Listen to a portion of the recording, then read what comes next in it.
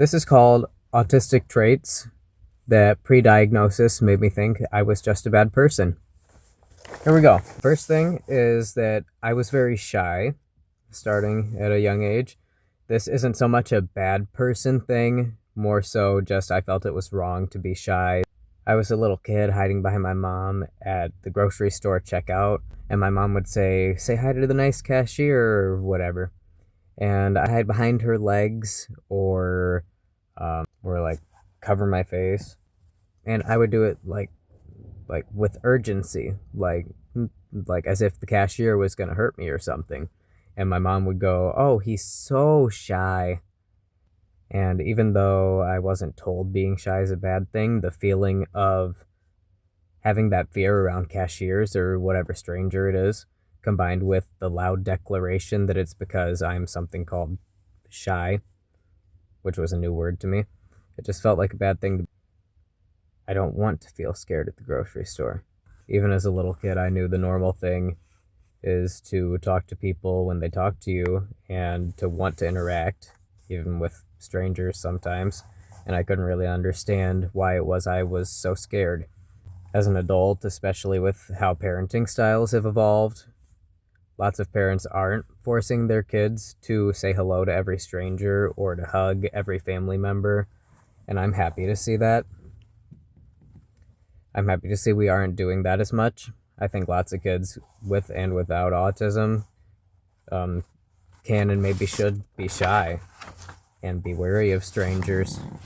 But I feel like even as a kid, I could tell it was like out of my control, the degree of wariness that I had for everyone across the board.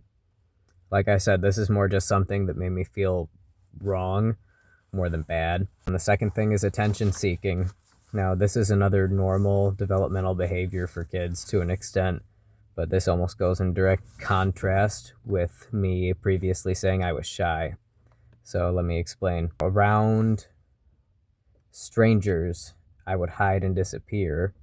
However, once I did become friends with someone or around my family, I wanted attention. I would fake being injured or sick frequently, not to get out of school or to try to trick my parents into giving me ice cream or something, but because I wanted a deeper form of attention to be paid to me. I felt like I needed to have something broken or wrong with me visibly to garner the level of care that I wanted. I suppose one could say I just wanted to be pampered, but it's more about the amount of care currently being given out.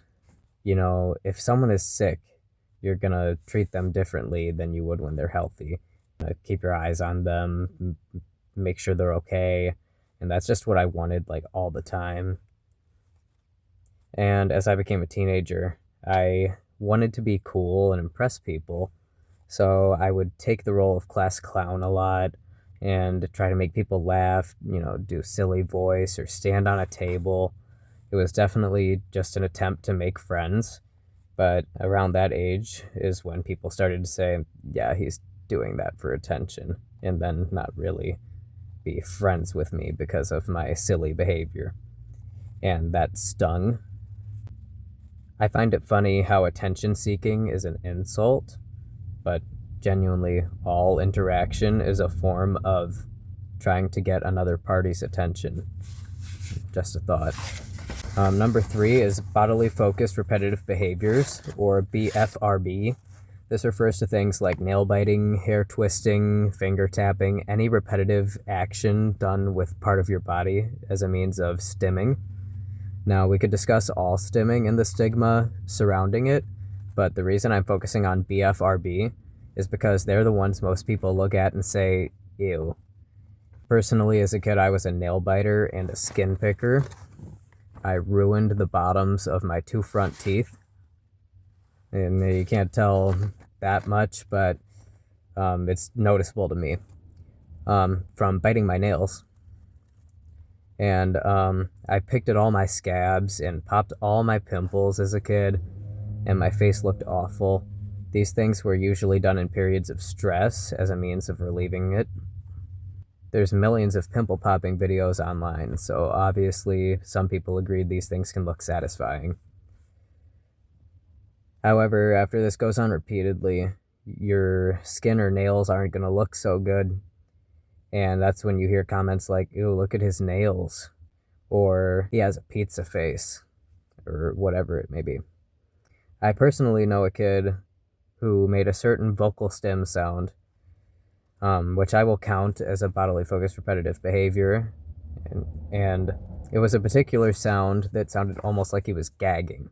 Not exactly the most like pleasant noise. And I remember kids staring at him when he did this, and he'd notice and get nervous and do the stim even more and get more stares. And it was frustrating to see people judge him like that when he wasn't hurting anyone.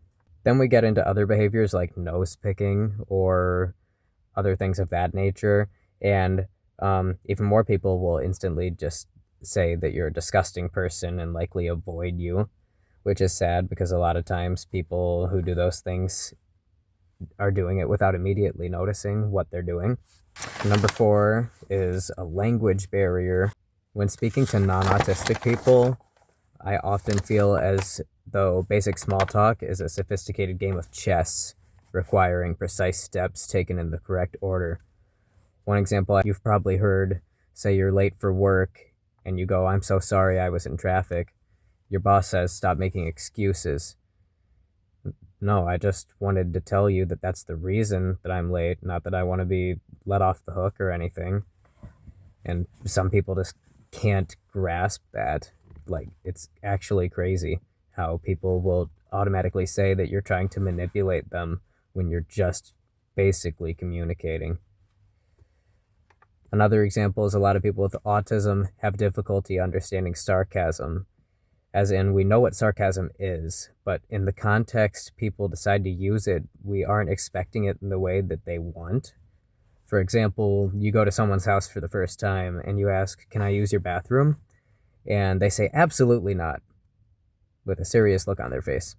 Personally, I think, is their toilet broken? Should I not have asked? And then they go, "No, that was sarcasm. Of course you can use my bathroom." It's little things like that. And it's just kind of weird. It's like, oh, okay. Like, I was supposed to get that, but I didn't. But it was like a joke, so. Things like that stacked on top of each other create a feeling of an inability to communicate correctly, and you feel like other people know a language that you don't.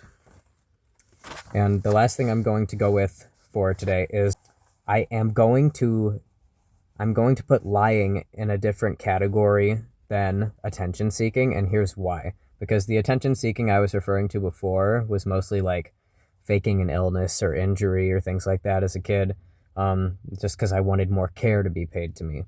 But the lying thing is definitely just something as a form of masking and also just to be likable and make friends. So when I was in middle school, there was a certain TV show that all of my friends were watching. And I didn't have Netflix at the time, so I couldn't watch all of it.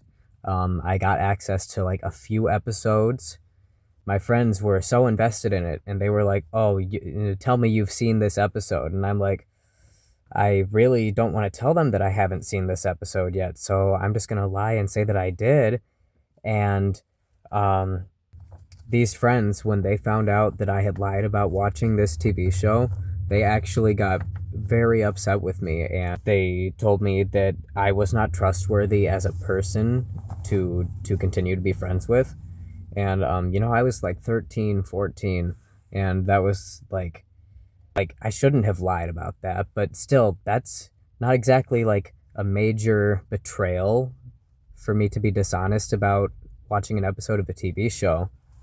I'm sorry, but that's kind of crazy that you want to cut me out of your life because I lied about watching a TV show.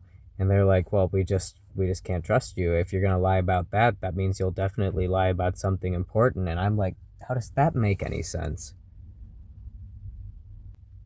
I want to thank you guys for watching me ramble. And if you have any other autistic traits that you thought just made you a bad person, then feel free to leave them in the comments below. And I'll see you sometime again.